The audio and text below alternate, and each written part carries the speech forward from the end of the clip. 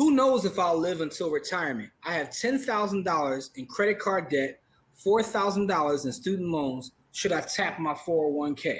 Now, here's the context. I'm 41 years old, father of two lovely teenage daughters, and married to my second wife for a little over a year.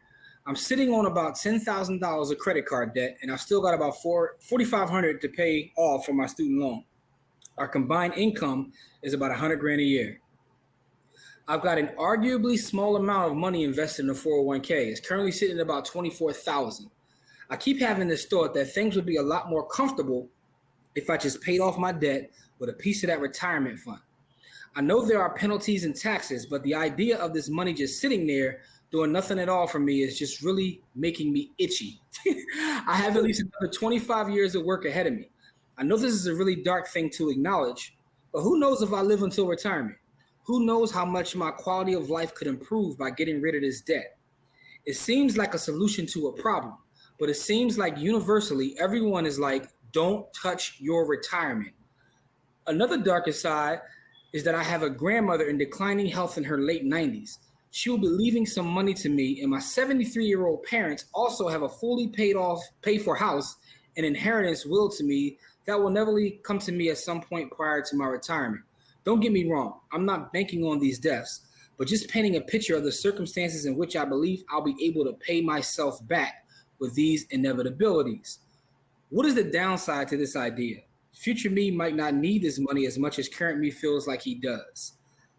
That's a good one.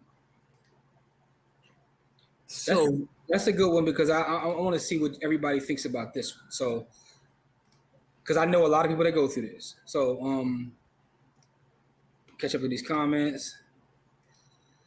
I do the same as the husband, depending on my relationship with my soon-to-be ex-spouse. But based on the story, the wife shouldn't sign nada. Get your half, mama. That's for the last story. I take a loan out from my 401k to pay my debt, then use those same debt payments to pay back the loan I took off of my retirement. You see you shaking your head? No. I mean, don't tap the 401k. He should be able to create a payment plan to pay off a small amount of money he owes. He ain't got to do nothing but pay off those cards and run them back up again. The word itch it. Passer. Go ahead, Corey. Let me give you yeah, opinion. That's why I was shaking my head like, no, because I might take out a portion to pay the student loan debt because you're not running that back up, right? You already know what that looked like. You're not doing that. You're not going back to that. So the student loan debt I might pay, but that credit card debt, you got to pay that credit card debt.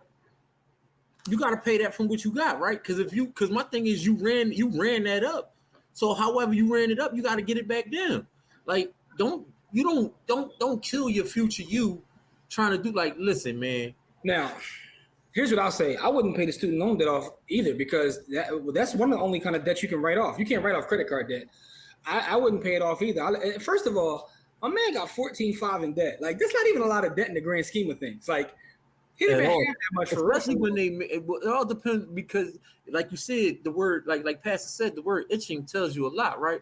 Because he's itching to spend money, right? He can't pay down those debts. Instead of being itching to take the money from future himself, instead of saying, let me go get it right now and pay the money down and keep that future money, right? Like, because my thing is, if it's that much, if he put more into that future debt, he could actually borrow against that and then pay those debts, and it'll still be there.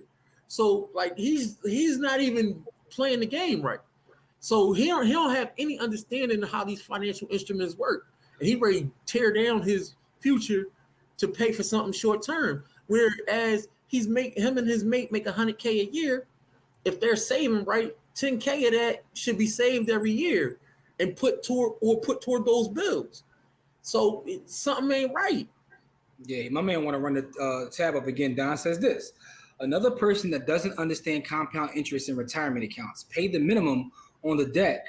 Use the inheritance to pay off the debt. Another thing we didn't bring up, if you take from a 401k, you got to pay a penalty. Yeah. You got to pay a penalty. You're not even getting that whole $24K. Listen, man. People want short-term solutions to issues that took a long time to get in. That sounds like me. That sounds like me trying to lose weight. Like I eat one salad. I need like 15 pounds to fall off me, eat one salad. Like, it don't work that way. So at me next time. Anyway, Ken says if he has $100,000 salary, and I think he said combined, but either Yeah, yeah. he'd be able to pay Even off the credit combined. card. Perhaps he should work with a financial planner or let his wife handle the finances. Yeah, sounds to me like old boy just want to go run the bag up again.